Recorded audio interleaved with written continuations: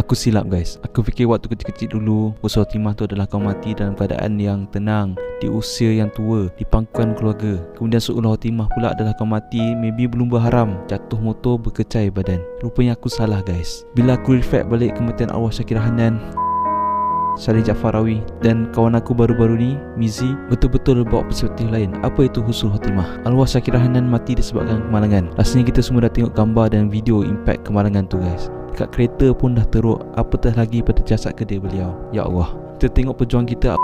Korang tahu tak macam mana parlimen kita syahid? Kawasan dia dibom guys. Bila Israel dah tahu kedudukan dia dengan info tali barut, Israel bukan hantar 1 tapi 5 bom untuk serang kawasan rumah dia, supaya dia betul-betul confirm mati. Parlimen yang banyak buat masalah pada Israel. Dia bukan syahid di pangkuan guys, tetapi bersama isteri dan anak-anak. Saleh Jafarawi pula, wartawan yang dikasihi, masalahnya dah lepas habis perang. Sekali dia kena pergi cover berita, katanya ada kekacauan.